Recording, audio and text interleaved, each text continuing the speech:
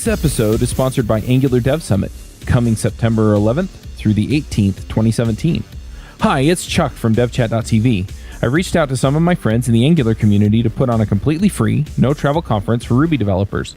We have speakers like Rob Wermald, Jeff Welpley, and others coming to speak about all kinds of topics in Angular. So if you're trying to learn Angular or you're trying to level up Angular, come check it out. The talks are happening throughout the day each day, and we'll have a chat available during each session. Attending the talks is free, but you need to register. Go to angulardevsummit.com. Hey everybody, and welcome to another My JS Story. This week we're going to be talking to Mike North. Mike, do you want to say hi? Hey, how's it going, everyone? Now, we had you on episode, I had it right in front of me. We talked to you about Ember and EmberConf about a year ago. It was sometime last year. Yeah, episode about 211. 1 year ago. Episode 211. So if people are looking for it, they should be able to find it. Yeah. You also have a Frontend Masters Series for Ember 2, if I remember right. I do, and I just filmed a course, or two courses actually, one on SAS and CSS architecture, and another on modern SEO. But don't let the title fool you. It's really about like structured data and AMP pages, all the kinds of things that help you, from a software perspective, stand out. Like if your result is, if you're lucky enough to do the marketing right, like your result will shine and all of the nice metadata will, do its work for you. Awesome.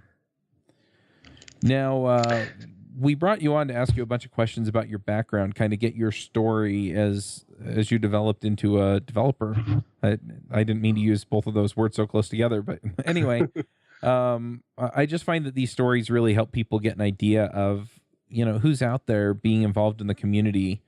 What kind of people, that's the kind of person that's, a front-end master's instructor or whatever. And in a lot of cases, people find, oh, wow, I've had a few people on that people thought, oh, wow, that guy's a coding genius. And, well, it turns out he's only been programming for like 2 years. And so, anyway, it's really interesting to me to just see where everybody comes from and what their experience is. So do you want to tell us how did you get into programming? Right. Well, it is, as is the case with many people these days, a very nonlinear path getting to where I am right now. So I started programming as really a teenager. I had a job with a construction company where I was literally, I started out laying drywall and learning a lot of bad words in Spanish. And by the end of it, I was building like a training system so that the company could get off of their paper records and onto this, back then it was a high-tech, e-document system where they just had like a massive amount of scanning into PDFs and filling in forms and things like that. So they needed to train their staff, and I kind of built the training app with little tutorials and things. And that was when I was 15 or 16 back then it was just ASP. I guess now we refer to this as ASP Classic, but that was like 20 years ago. So I've not been doing this for 2 or 3 years, but the things I feel like the things I do day to day, I only learned 2 or 3 years ago. Right. Now, is that because things are changing so quickly, or is that due to, is computing that different? Well, it's just that my role in teams and my sort of passion keeps evolving, and really people get to pick what's important to them. Some people go for a job that pays very well or that offers them flexibility. For me, I want to be able to stay on the bleeding edge of things. I really enjoy learning about new programming languages and getting the satisfaction of a really deep understanding of topics. And so I'm constantly learning and then using those brand new skills. So I've been doing this a while, but I am a perpetual beginner. I'm almost always talking about something that I have just really solidified or just figured out how to talk about. So let's talk about that for a minute. How do you maintain that? Because I have a lot of people asking me, how do I keep current, or how do I keep up, or even, I don't even know what to learn next. So how do you do that? How do you approach that? That's a great question. It's actually sort of the motivation for why I am doing what I'm doing right now. So that's there's just it is impossible. The direct answer to your question is it's impossible. I mean, if you think about how fast things are moving, and all of the advancements in just in the JavaScript world, you have like progressive web app technologies. TypeScript is seeing a huge surge. Elm is looking really promising, and playing in that pool a little bit would probably benefit your programming as a whole. And you've got like new JavaScript features every month, being promoted farther and farther towards like being the official thing. It is a full-time job to keep track of this stuff. And in previous like more traditional jobs where I was like an architect or a tech lead, it was a real struggle for me to just like chew through all of the GitHub issues on the projects that were important to monitor, and to just stay on top of all of this stuff. So what I do now is I am like an ingester of all of this information, and then I go around and meet with teams and help them absorb it, but in a distilled way, where they don't have to filter through all of the stuff, like figure out which Medium blog posts to read, or which of the dozen frameworks since we started the podcast have come out, like which of those are worth paying attention to. I kind of try to boil it down, give people hands-on experience, and make it so that maybe I drop in like once a quarter, and that frees them from having to personally stay up to speed on everything, because they get this dense, condensed, like rich nugget that they can work with, and they can rely on that being really high quality and really good, and spend the rest of their energy the rest of the time focusing on their product. Because like we need to keep up to speed on this stuff, but we certainly don't get paid for it. And our users, we would have a hard time justifying to our users like, oh, well, I really need to make sure we're on top of like what's landing in React 16. Like these the fibers look really, really important. And like, that is so far away from bottom line factors that like developers really shouldn't be spending so much time trying to like claw their way through this huge amount of information. Yeah, that makes sense. So how did you get into JavaScript and web development? Another good question. So long after the ASP days, as a like high school student, I actually entered college swearing. Like I basically told people around me, and I hope nobody's keeping close tabs, but I said like, shoot me if you ever see me like writing code all day. I had this image in my mind of like staring at a blue screen, because that was like, I'm dating myself a little bit here, but like it was the old like WordPerfect 5.1 blue screen, gray text. That's how I imagined like writing code to be, this very like impersonal, not exciting thing that was just sort of like a drone job. So I deliberately, like I was going into mechanical engineering, and I deliberately said like absolutely no code. It turns out later, like I really started getting into this stuff. And for me, it was having real world problems that I could solve. And it's like, and this math has the same like challenge around it, where like a lot of the instruction is in this like abstract world where, if you're one of these people who sort of wants to ask why until you establish relevance, you're sort of like protective of your own attention.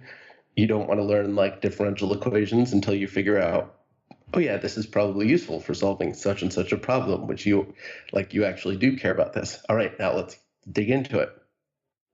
So once I found like that writing small programs could help me do things that I was really interested in.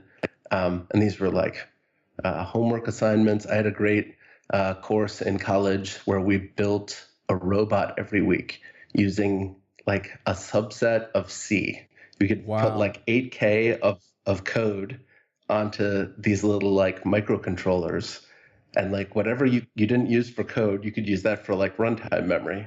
And every week we built a new robot, and it went from like find your way through a maze and you get the maze ahead of time to like you no longer get the maze ahead of time, and then like can't guarantee that there's even a solution to this maze, and sort of advanced in difficulty. So like once I connected it to something that was really exciting and invigorating, it started to seem fun. So I went down that path and I wrote engineering simulation code for a while. Like this is the stuff they use to shape Formula One race cars. Like this is the actual application that they use. A lot of Formula One teams use to make sure that their aerodynamics, hold the car to the ground and give them the traction they're looking for. But and I had like special domain expertise in this particular niche. Unfortunately, it had nothing to do with the web, and this was like 2006, 2007. Basically, the iPhone comes out, and I had this moment of clarity where I just like I felt like that is something I wanted to be a part of, and at the time you couldn't write apps for these iPhones, right? Because they launched it without the App Store.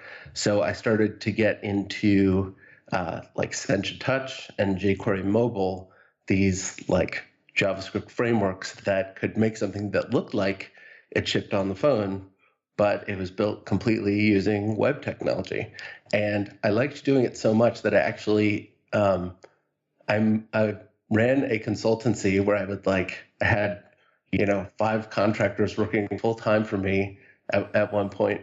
Like for 3 years, I ran this consultancy at night in addition to my day job, where I would take on new projects, and each project would have like some skill in it that I needed and I didn't have yet. Like I took on a Ruby on Rails job. I didn't know Ruby on Rails yet, but I had 8 years of Java experience, and I used some Java web technology, and I kind of budgeted enough time in there so that I could kind of put the learning curve on the critical path, maybe bring someone in that knows what they're doing so they can check over everything, and kind of use those real world projects as stepping stones to the point where I could make, building for the web and using JavaScript my full-time gig. Cool. So when we had you on the show, we had you come on to talk about Ember. So where does Ember fit in all of this? Right. So I, when I started working at Yahoo, so like shortly after I, moved from building desktop engineering apps and started building for the web, the next big step for me was like getting out to Silicon Valley, right? Because it was this time in my life when I had a ton of energy, and I was feeling like I was short on mentors, and I just wanted to be like, I felt like if I was in the right community, I could thrive. So I interviewed at a bunch of companies, ended up working at Yahoo because I wanted to be part of a turnaround story. And at least at the time, mind you, this was like 2012, it looked like that was possible. Hindsight's 2020. Didn't quite work out that way. But when I landed at Yahoo, there was a need to so every tech lead had their own SAC, right? Everyone had their own grunt file or gulp file, and just switching teams was almost like taking a job at a new company. Like the learning curve was that severe. So where Ember came in is that was part of a tech stack that, when we started using it, it allowed us to kind of treat engineers as resources towards, the larger goal of building all of these apps together and potentially like merging some of them together instead of all of these separated, like, distinct pockets of different technology everywhere. So that's where I started to pick up Ember, and that was sort of like, I guess I took an opportunity where there were very few experts at the time, and just dove in and really tried to I tried to exhaustively learn it, meaning there were areas where like maybe I didn't get to touch on it in my day-to-day work. Like maybe it's like setting up a deployment pipeline, for example. Typically you arrive in a team and like it's already set up and you don't do that. Well, I was like eager to learn it comprehensively. So I would even try to get a side project together where I could like see what it's like to deploy this thing and make sure that I got the full picture. And eventually that sort of path led to some pretty deep expertise where, that's, it's one of these things where when you work with it for 5 years, 6 years, you can do some pretty neat things with it, no matter what technology it is. Like that amount of familiarity turns it into a pretty potent thing in the hands of that person. Mm-hmm. So I'm curious, what contributions do you feel like you've made to the JavaScript and Ember communities? Right, that is another great question. I think so. In thinking about contributions, like the way in which I've contributed has evolved over time. So I have at one time been a person that wrote a ton of libraries, like a library per week. And I have at times been the kind of person who dives deep into like issues in the framework itself and, sorted through them and tried to spec things out and come up with a solution that makes everybody happy. But there was sort of always this hole, and I found I was sort of mad that it wasn't properly addressed, properly covered by someone. Or I shouldn't say that, because people have definitely worked on covering it, but I just always felt like it could use some more hands. And that is representing like newcomers to a technology. Mm-hmm. And so that's really the way that I have an impact now. I do a lot of workshops. I think basically these days, every Ember conference there is, I am probably doing a workshop or had some sort of conflict where I couldn't do one, but I'm turning into like the workshop person. Right. And I really I get, just like some people get genuine satisfaction out of finding like a marginal performance improvement or a way to reduce a kilobyte over like in their JavaScript app. I get that same kind of satisfaction from like having a room full of people that are confused and sending them out sorted, right? Like I literally get almost an adrenaline rush from doing that. I really am passionate about enabling people. So that today is what I'm most known for, teaching, enabling people, and making those light bulbs turn on. Nice. So I'm curious then, and this is more of kind of a personal interest of mine. How do you structure the learning then to make it so that it's approachable for people, especially new people coming in? And related to that, usually when you're talking about new people to a technology, you're talking about two different groups. One is new people, so new programmers, and the other group is, okay, I've been coding in whatever for a while, and now I'm coming and learning this new technology. Yeah, that's a good question. I'm going to answer them in reverse order. Okay. So in terms of how you address both of those audiences, so we'll call them like beginners, newcomers to programming, and newcomers to a topic within programming. Mm-hmm. So I find that, well, first of all, when you're talking about newcomers to programming, there's a pretty alarming statistic out there. We are hiring computer programmers at a rate that's about 400% of the rate at which we can graduate CS majors from like traditional bachelor's degree CS programs. So like the demand for software engineers far exceeds our ability to educate them in a conventional way. So it's very clear we need to be doing a very good job and taking people from backgrounds like boot camps really seriously. In fact, like these days, like if I'm looking for a junior engineer, I will turn to a boot camp way before I will start interviewing people from the top tech schools, simply because their experience is more likely to be practical and more likely to be oriented towards like the real stuff we're doing day to day, right? What I learned to do in college, like designing an operating system and building a device driver, I'm not sure where that fits in the world of web technology. I mean, it was interesting. It sort of played into a broader ability to solve problems, but it's not like React, and it's not Python, and it's not something that I'm going to tap into except in a rare moment. So there's a lot of material out there for like true beginners. Free Code Camp is a great example there, where people can sort of teach themselves and get to a certain point. Then there's this huge chasm, and then we reach the second category of people you talk about, where you're like, okay, you are an established programmer new to this technology. So that gap between like I have shown you the ropes of JavaScript and a React component, like leading all the way up to I assume you have experience building at full scale. Here are the details of our API.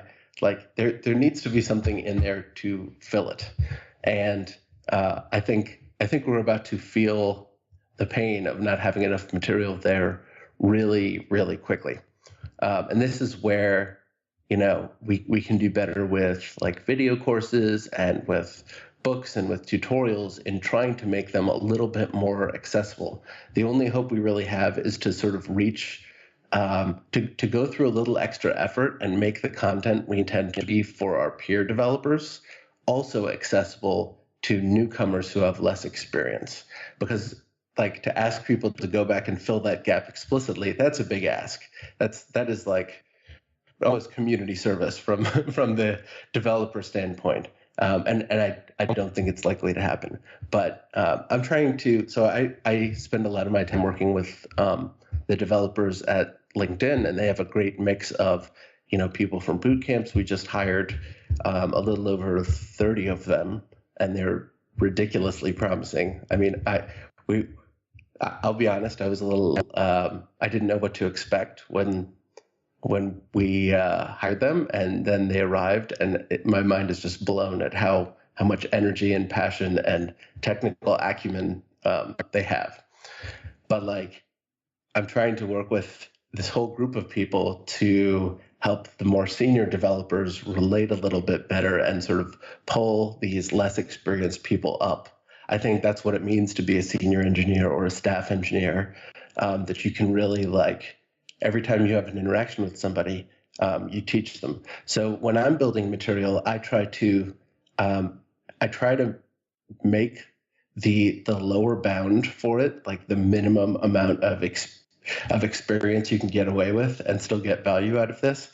I try to push it as low as possible without sort of compromising the whole mission. And that means like unpacking some of the jargon. That means stopping to explain a term, or at least providing a reference where someone can, on their own time, go on their own learning trail and then kind of get back on with everybody else and continue on. Just because, we need to be preparing these people so that they are our future colleagues and teammates. Mm-hmm. Now, in terms of the techniques I use, I've been disappointed by a lot of books and tutorials and video courses and trainings that sort of just scrape the surface. They kind of give you a little taste, just enough to make you hungry, and then you're left without the tools you need to then walk away and take what you've learned and sort of deploy it in a problem that matters to you. So I typically have students spend at least 50% of their time solving problems that I've set up for them. So like I always have failing tests with each exercise, and they kind of code to pass the tests. They're always, not trivial. And if like the courses I'm most proud of, I end up kind of having a couple different levels to them, so that more experienced developer can sort of go for the bonus points and, try to reach for higher level objectives. But, qualitatively, they're working on the same thing as the bootcamp graduate that, just joined the company last week. They're all building the same thing, just one person's going deeper than the other. It takes a lot of time to build this kind of curriculum, but this is sort of the luxury of not making teaching an aspect of a larger job or a side job, but rather the core mission that I'm on right now. That's really interesting. And I'd love to dig into this more. I don't know if we really have time in an interview like this, but just the whole aspect of teaching developers and helping them grow and level up is really, really interesting. And I think it does take a level of empathy, right? It's like, what was it like when I was trying to figure this stuff out? And what were the things that helped me get through it? And in a lot of cases for me, it was the fact that I had some mentorship, some help from somebody that was interested in the outcome that, that I had in being able to contribute either to the code, the team, or whatever. And I feel like, okay, here's a problem, now go solve it. And, having that kind of, that help and that, so that it's not just me out there on my own trying to figure this crap out, is really helpful. And I really like that approach of, making it practical and hands-on, and at the same time, not leaving people high and dry with just enough knowledge to not know what they're doing. So the last thing that we do on this show is picks. And you've been on the show before, so are there things you want to shout out about? Have you ever felt like you're falling behind, or that the programming world is moving so fast that it's impossible to keep up? Then there's the issue of where to go to make sure you're up to date. The answer is to join a community dedicated to discussing the latest in JavaScript. I mean, wouldn't it be nice if you got JavaScript Jabber all day? Well, you can, kind of. We've created a Slack community for JavaScript Jabber. That means that you can connect with our listeners and guests on a platform you're most likely already using. Plus, we've set up a Keeping Current channel that pulls stories from across the web to help you know what people are talking about. And coming soon, we'll be holding monthly webinars and roundtable video chats to connect with experts in the community and with each other. So come join us at javascriptjabber.com/Slack. There are.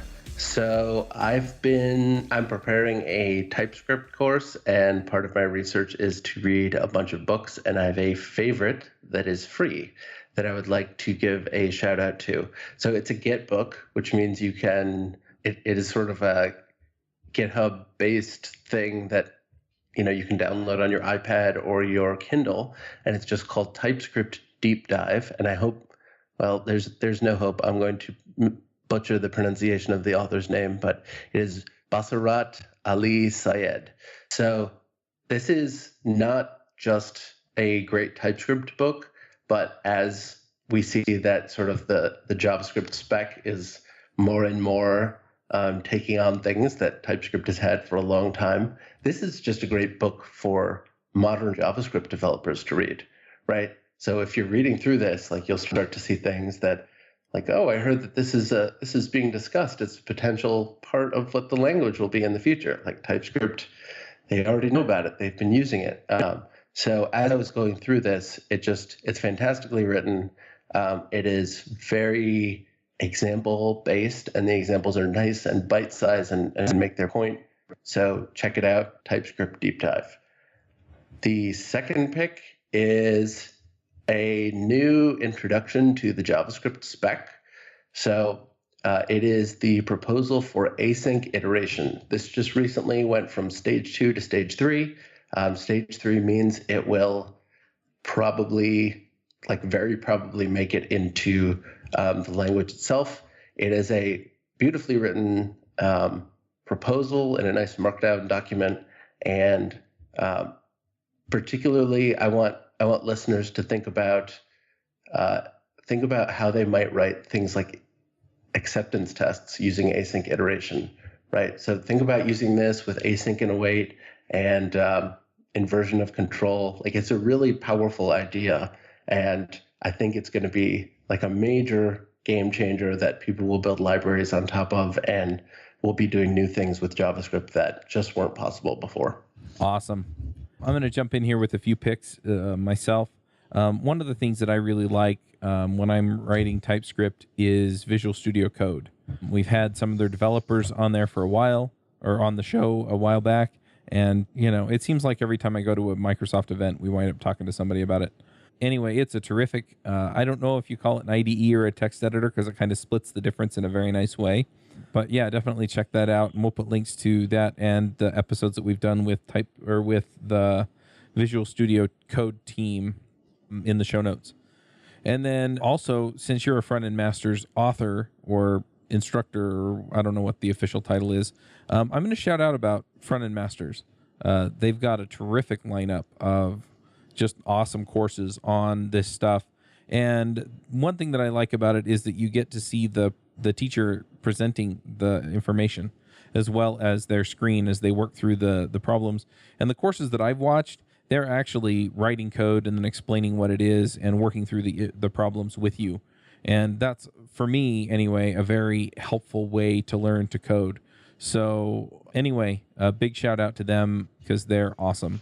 Mike, if people want to follow up with you or see what you're working on these days or go to one of your workshops or anything like that, what should they do? So on Twitter, I'm Michael L. North, and my website is just mike.works. And in particular, like I've got a lot of information about courses on there, and just love teaching people. So if you are interested in like attending one of these workshops, or maybe there's a video course I have somewhere that I can point you to, just click on the little like intercom chat widget in the lower right corner, and I will send you in the right direction anytime. All right. Well, we'll go ahead and wrap this up. Thanks for coming, Mike. Thanks a lot. All right. Bye, everybody. We'll have another story next week. Bandwidth for this segment is provided by CacheFly, the world's fastest CDN. Deliver your content fast with CacheFly. Visit CacheFly.com to learn more.